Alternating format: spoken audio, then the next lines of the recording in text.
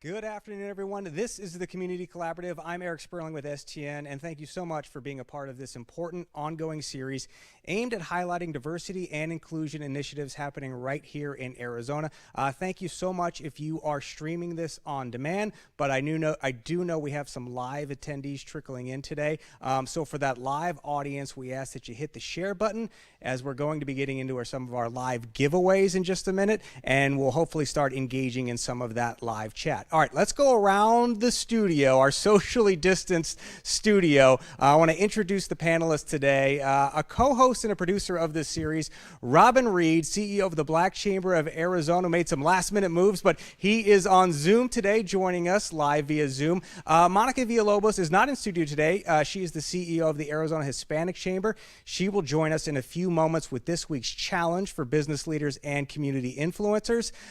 In the studio, we have a well-known face and name to the Valley. Yes, Bridget Pettis, former Phoenix Mercury star and WNBA coach, and now the founder of Project Roots AZ is with us. Also back in studio this time, Ashley LeRae Sampson, Valley entrepreneur. Ashley, good to have you in studio today.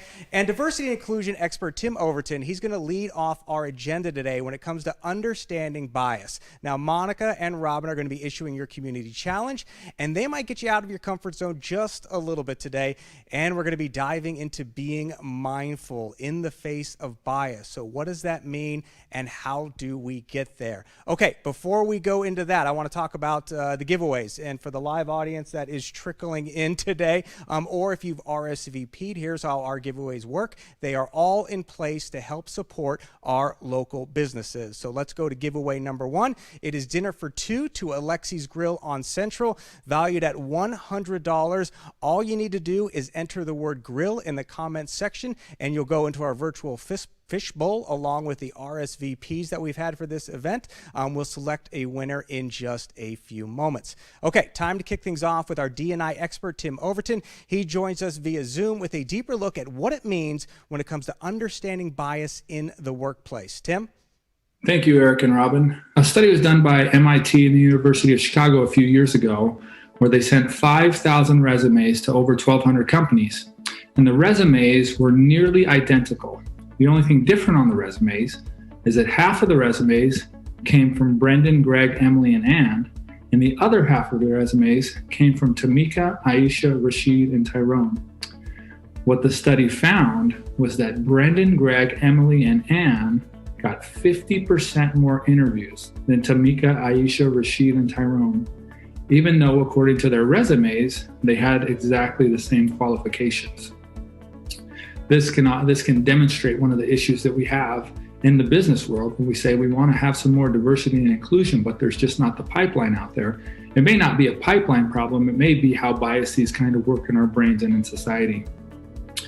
In the United States, on average, blonde women earn 7% more than brunettes or redheads, all else being the same, 7% more. And all of them combined make 21% more than African American women in the United States. When it comes to size, for every 1% increase in a woman's body mass, her household income decreases by 0.6%. So it talks about not just race, but hair color, and also when it comes to women, especially body size and shape.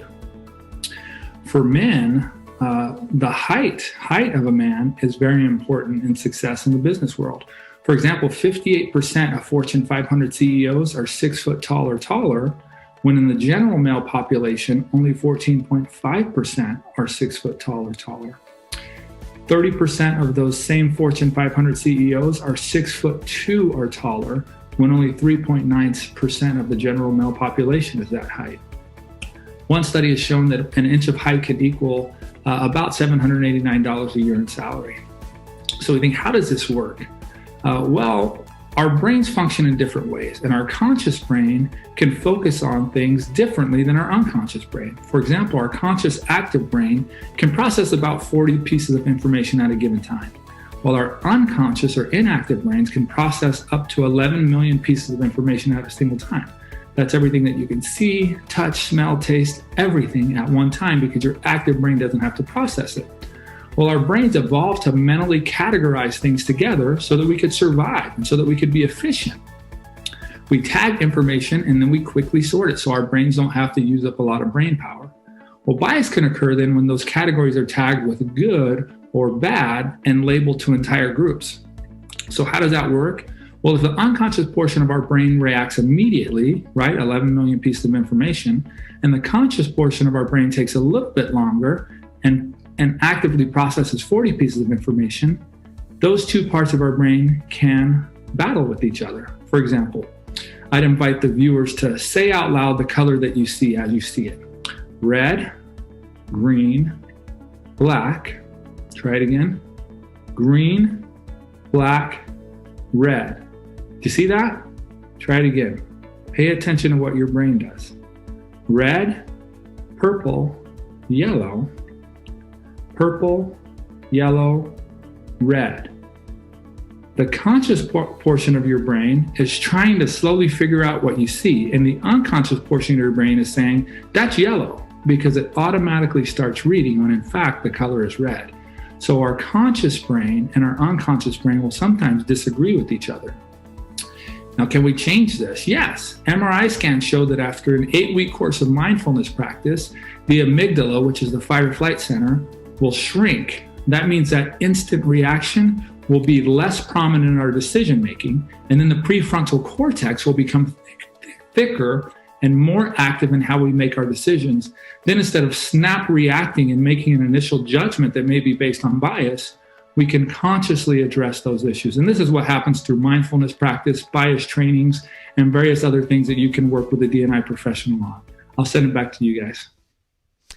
All right, so now we're going to break down what Tim just said, and we're going to bring Ashley LeRae Sampson into the conversation. We're going to bring Robin Reed into the conversation, and both Robin and Ashley, I know you've been a part of this presentation before. So Robin, I want to start with you. Just your initial feedback when you hear that type of data being presented.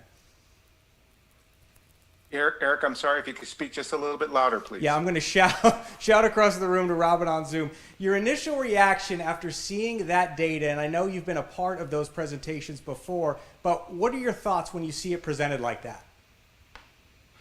Well, I've had the pleasure of seeing that presentation by Tim before, and you know, the statistics are powerful. But I think what is of greatest importance at this stage is not simply acknowledging the statistics, but developing the action plans to create the outcomes that we're looking for. Because I think that at this point, we're very clear on where inequities exist. What we're not clear on is how do we repair those? How do we get going in the right direction? And Ashley, I'll bring you into the conversation now. You know, mindfulness was a big part of that presentation, and that's right up your expertise. So can you tell us a little bit about how we can be a little more mindful based on what Tim was just talking about? I've seen Tim's presentation before, and I'm so happy even just to see this little part of it again, because it really does pull back together for me where I can be more mindful with my own biases. And I'm hoping that that's one thing that we as leaders are able to do with ourselves moving forward, is look at where are our own biases and how can we ourselves start to tackle those wars that we're dealing with within that we don't even realize about. So, you know, we don't realize that the subconscious mind is taking up so much of what we're truly doing from a day-to-day basis. And so if we can start tapping in a little bit more to the psyche, to the subconscious mind, and figure out where these biases are coming from and learn how to actually stop them in their tracks more and more every day, it's going to be a greater benefit for everybody around us, ourselves, everyone we work with, and our entire community. All right, Ashley and Robin, thanks so much. We're going to bring you back in just a few moments. But again, thank you for those of you who are streaming this on demand, but we do have a benefit for the live audience. We do have to announce our first giveaway winner. Cassidy Campana from Boys and Girls Club. Again, benefit to joining us live this afternoon. You just won dinner for two at Alexi's Grill. That's a fantastic restaurant over there on Central. So someone from our team, probably myself, will reach out, email you to get you that giveaway. Our next giveaway, we have another one, is a $50 gift card to Purple Girls Popcorn and More. I haven't had that. I need to have it. All you need to do is write popcorn in the comments, and then we'll announce that winner in just a few moments. Okay, as business leaders, many of us strive to hit that high bar and be successful. struggle. Now, truth is, we're all going to fall on our face from time to time. Best part of that can be what you learn on the way back up. Now, here's Jason Pabrocki from Arizona Federal in this week's Fortunate Failures. Every failed experiment is one step closer to success. If you don't fail, you're not even trying. Failure meant a stripping away of the inessential. I wish that somebody had said to me that it's normal to feel lost for a little while. I'm Jason Pabrocki with Arizona Federal Credit Union. I'm the Chief Operating Officer. And today I thought I would share with you the story of when I had to separate employment with Joe. I will call him Joe for these purposes. For the first almost 10 years of my leadership role, anytime I had to separate employment with someone, it was for very egregious things that were so far out of bounds that it was just an obvious act. And the fact that they were going to lose their employment was no surprise to them. But about 10 years in, we had a restructure and I inherited a senior director level employee named Joe. I got along with Joe, but right off the bat, feedback I would get from other employees is that the Joe that everybody else was seeing and interacting with was not the Joe that I was seeing. And one thing led to another, some performance issues happened, and I knew something had to be done. So I met with our human resources team. It was a great team then, a great team now. Always had a lot of support. And I met with them and I said, okay, this needs to go a corrective action route, and I want to make sure I'm doing it the right way. So I met with them and they said, okay, by all means have this conversation, say these things to Joe, and then after the conversation, send him an email that summarizes exactly what you went over. So it's all there, it's clean, it's documented. So I did that, had the conversation with Joe, said all the things that I needed to say, followed up with the email. Another week or two went on. More performance issues continued to surface. Met with HR again, had another conversation, said the right things, got them documented, sent them off. Then we get to the next round as issues continue, and I worked with our human resources team to put together a big written document, which was, make no mistake, the final, this cannot happen again. Any further behavior like this will lead to separation of employment. So reviewed the document with Joe, had him sign the document, sent it for his file, everything very clean and by the books. Another few weeks go by and still no change. So at this point we're in my office with a couple of HR associates separating employment. And in that conversation, when we got to the part where we were letting Joe know, we're terminating employment, and I saw in Joe's face, and I reacted instantly, that it wasn't something that, as unbelievable as it may have been, that he didn't see it coming, and it was a surprise. And I'll never forget how I felt when I saw that surprise in him. And then I proceeded to go with an empty box up to his office, gather his things, and as I was looking at and taking photos of he and his family, thinking through, Joe's got to go home now, unexpectedly, early today, and explain to his family why he is home early, and I don't know how that's going to change the course of their plans in the short term or in the medium term, what that means to him and his family. And I couldn't get that look of surprise out of my mind, and just the way that it made me feel. And I started to go back and think through what were those conversations like that I was having with Joe. And I came to the realization that it's what you say is not nearly as important as what people hear. And so while I had said all the right things, I had failed to make sure that Joe heard me. And I had to think back and, was I presented the language, did I counter it with, but we're gonna get through it together and I'm gonna help you out, and was I too positive? I had those questions.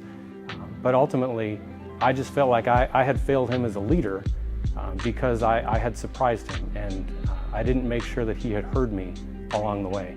That's a mistake that I've not made again, because I've owned up to it and I've shared it with a number of people. I visit classes of new aspiring leaders, and that's the story I share with them of, looking back on a mistake that I've made that I'd never want to make again.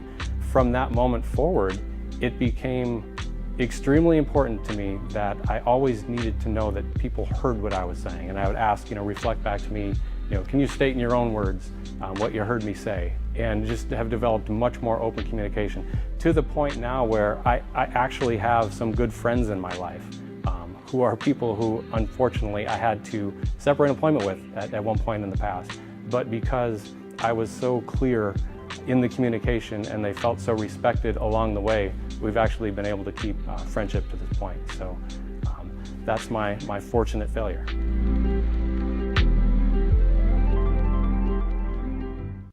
Yeah, what a great message there from Jason Pabrocki. A reminder, if you download the STN app, you'll get access to that series, Fortunate Failures, plus a lot more fresh content. Again, our thanks to Jason.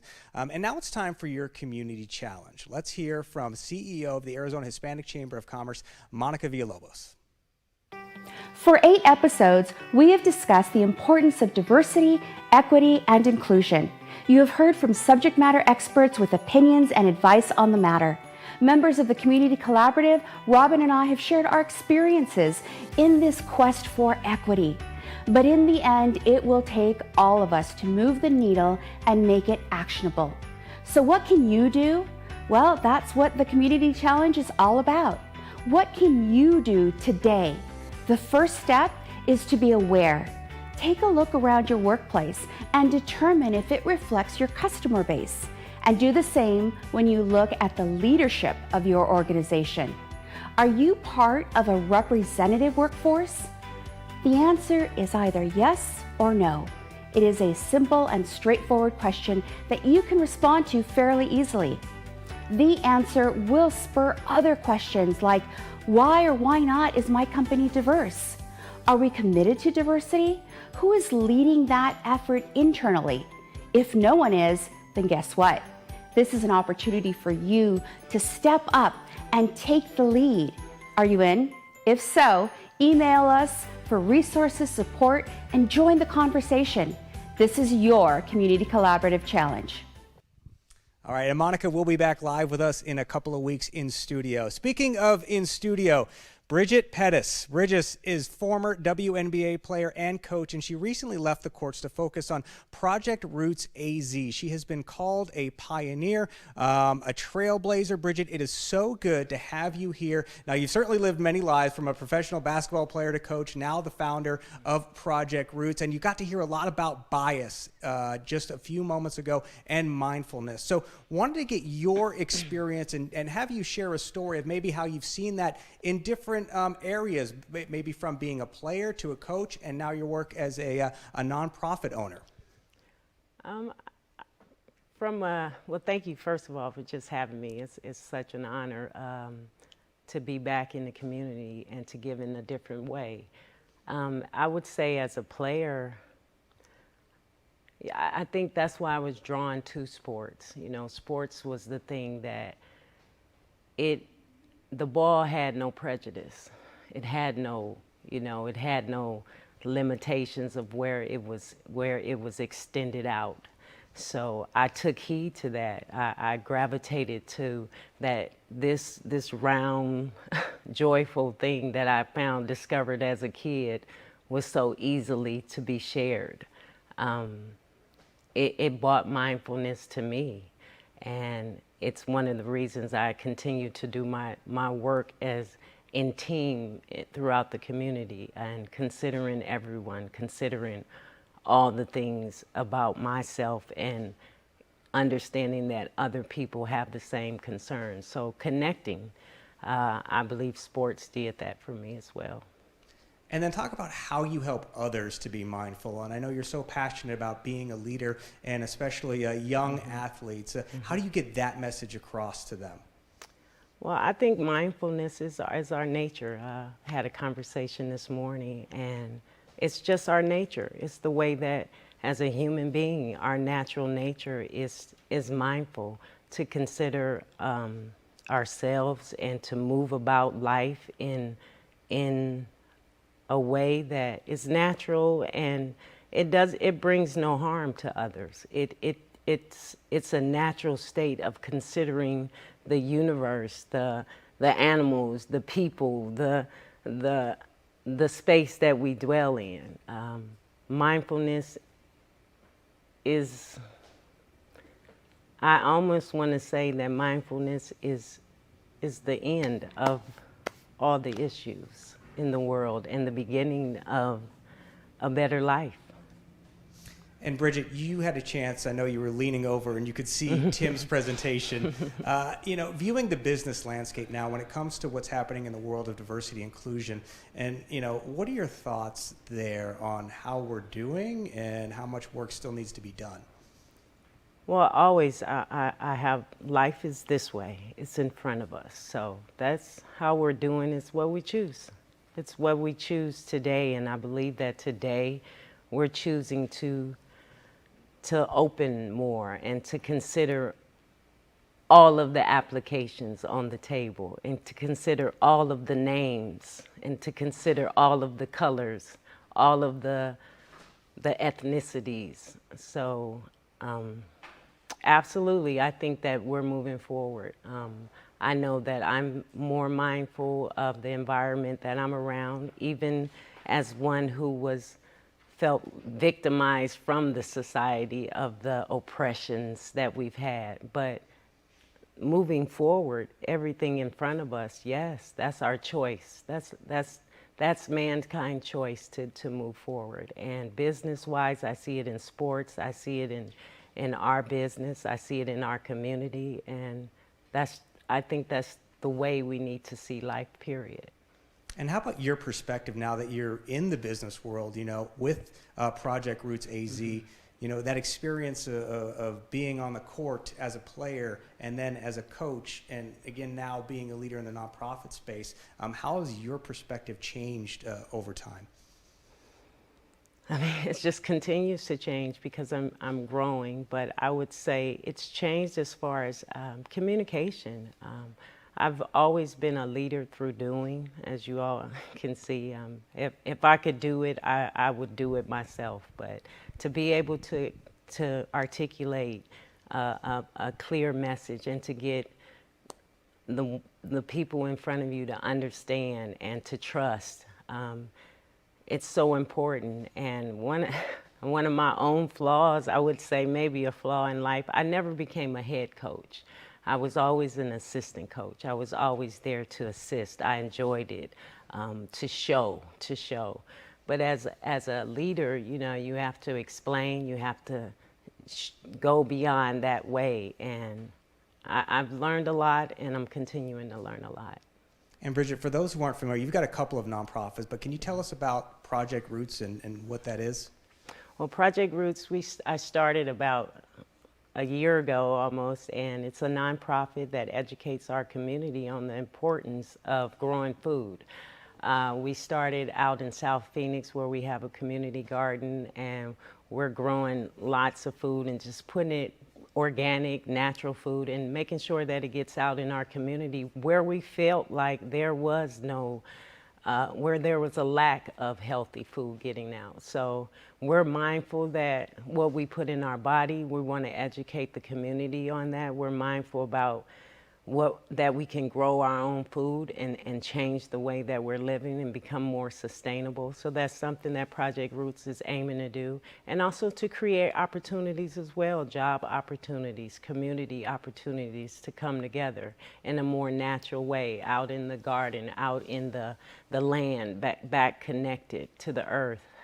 Also, I'm starting my basketball nonprofit, Bridget Pettis Foundation, where we're doing basketball camps throughout the community, throughout the country at recreation centers, and we're teaching basketball and yoga, just bringing a mindful aspect to basketball as well and to our children.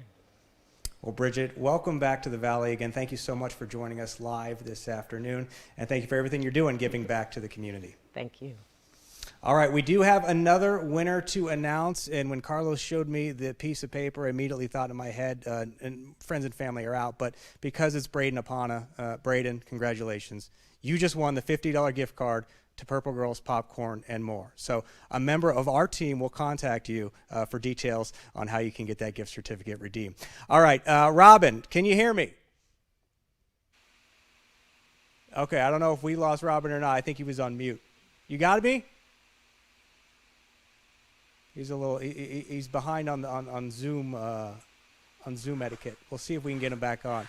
Robin's going to join us in just. Yep, he's got us. There you are. Okay, are you ready to get people out of their comfort zone? We had Monica do her community challenge, which was a great one, and I know you've got one that's going to make us just stretch a bit. So I'm going to give the floor to you. Look right into the camera and give us your community challenge. Great, thank you, Eric. So I guess the first thing to do is give you just a little bit of background on where this challenge is coming from. We all have opinions. And our opinions are typically based on our perspective, and our perspective is shaped by our experiences. However, when we communicate, we often only share our opinion, and that only gives our audience an opportunity to either agree with it or disagree with it. Whereas if they understood your perspective or your experience, they might be able to understand better. So that's the basis of this challenge. And the challenge here, as Eric said, is going to make you stretch a bit. We know that we have just come out of, or to many might still be in the midst of, a very contentious election cycle. But your challenge is this: find someone that you know voted differently than yourself. I think it's easiest if we keep it at the presidential race.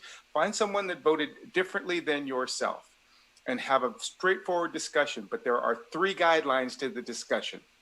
Number 1, in sharing your thoughts, you cannot mention the name of the candidate. Number 2, keep focused only on the issues. Each candidate represented their position on issues. Stay focused on the issues.